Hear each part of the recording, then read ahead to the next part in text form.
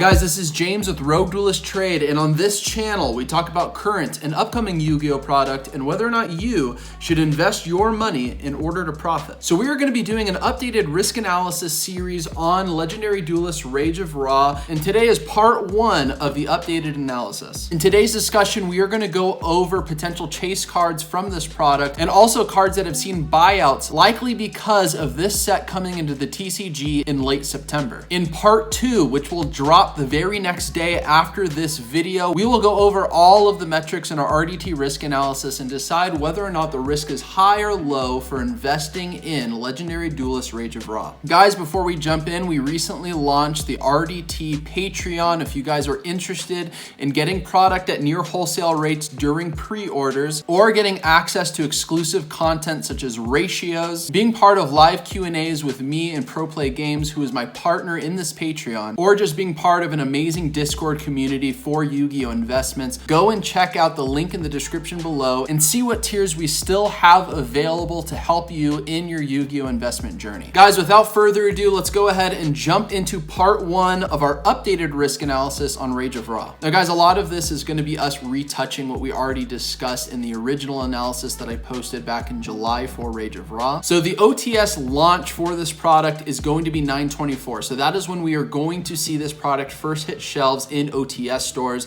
and then the very next day is the actual official market launch, where you will be seeing it in the larger brick and mortars like Walmart, Target. 9/25 is also the date where, if you are an online retailer, that is the date that you are able to sell Rage of Ra product on TCG Player and likely Card Market. Now again, those are very important dates because by 9/25, that is when we will start seeing more people flooding the market and putting their inventory up and trying to get sales up, which is likely when value starts to drop, which is why it is very important to try to get inventory up as soon as possible during product release weekend. So this is a 57 card set. We're gonna get 9 ultra rares, 8 supers, 10 rares, 30 commons, and 1 special rarity, which we're gonna talk about. And for Legendary Duelist sets, it's only 5 card packs. So you're getting 4 commons and you're not promised a holo. You're promised at least a rare, and if you don't get a rare, you will get a holo. And there are 21 new imports in this product, and to that point, we are going to be getting 21 OCG imports, and these are the 3 characters that are going to be getting support in this Legendary Duelist set. We're going to be getting Mechalord Support for the Winged Dragon of Ra. We're going to be getting 7 cards for Mechalord, which is Aporia,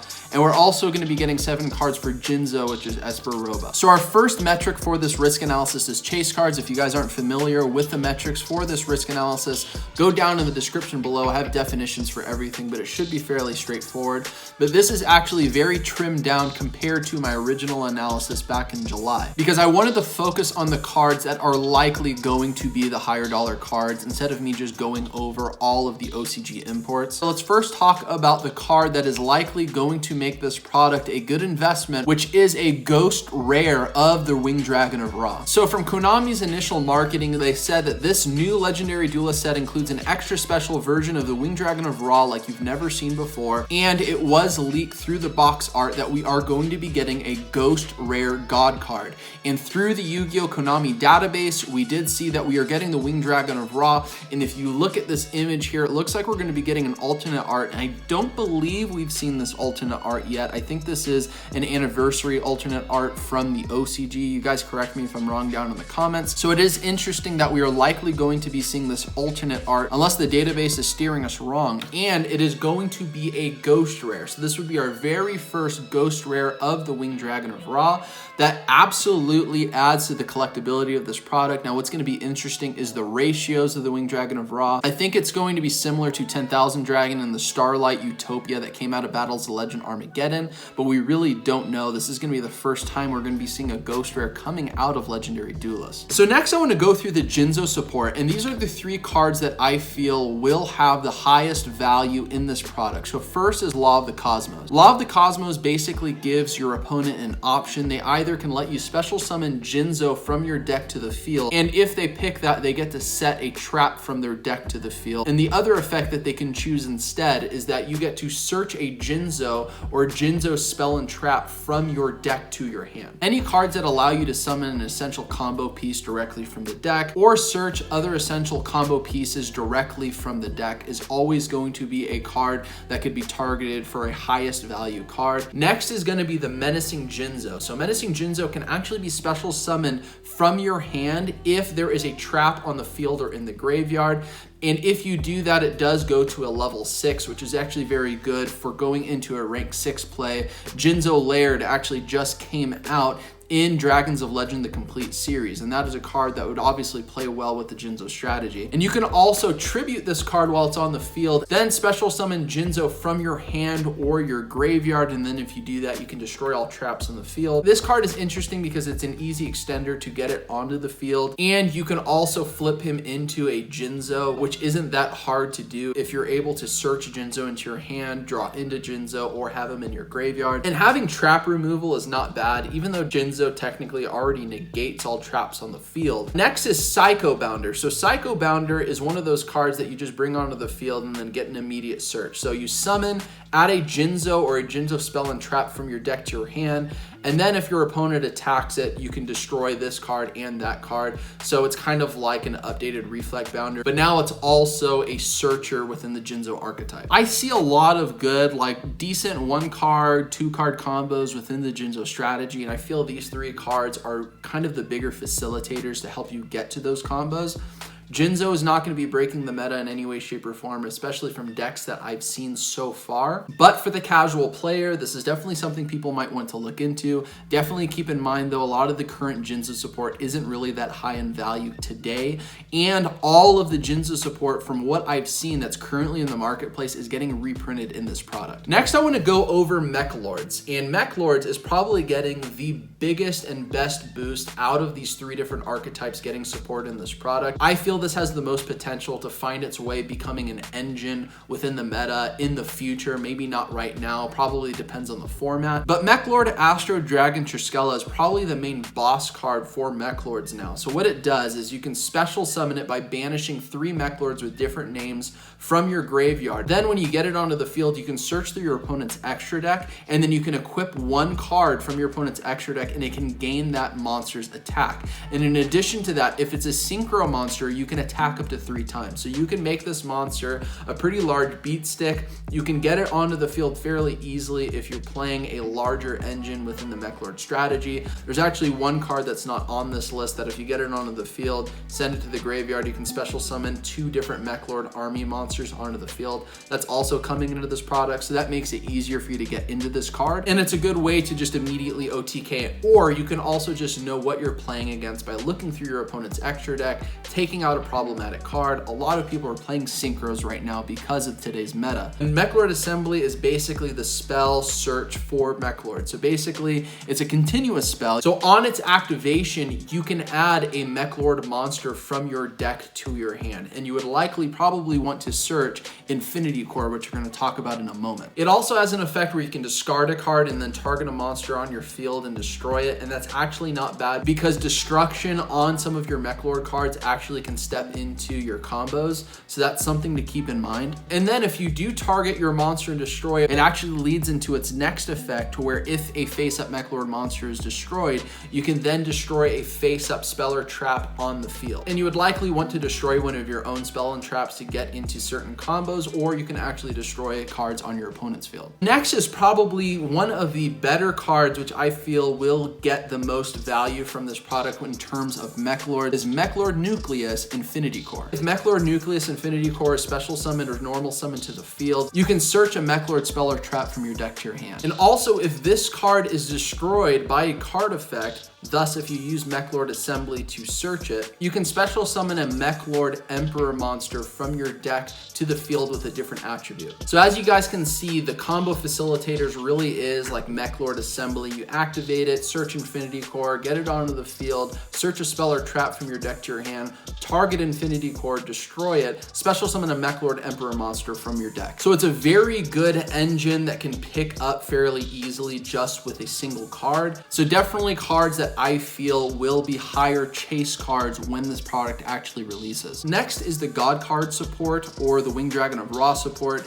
And honestly, I don't feel this is the better engine, as I mentioned, out of the 3 archetypes that are getting support. But because this is support for Egyptian gods, I feel these cards have the highest potential in terms of value from a collector's perspective. So first, let's actually start in the middle and talk about Ancient Chant. So this card can help you search Ra from your graveyard or your deck and put it into your hand. And it also gives you an additional tribute summon to your normal summon this turn. So you can normal summon a monster, and then you'll also be able to tribute summon, which there's a lot of cards within the Ra strategy that can let you get Ra onto the field just by having a certain monster onto the field. And in addition to that, if you get Ra onto the field by tributing, you can banish this card from your graveyard, and then Ra gains the attack and defense of all cards tributed that turn. So it is a search to get you into Ra. It's a card that you would likely want to see and not necessarily see Ra. So you could probably run 1 or 2 Ras in your deck. Next, I want to go to the right and talk about Guardian Slime. So Guardian Slime I talked about in detail in my original analysis video. So basically, if you take battle or damage,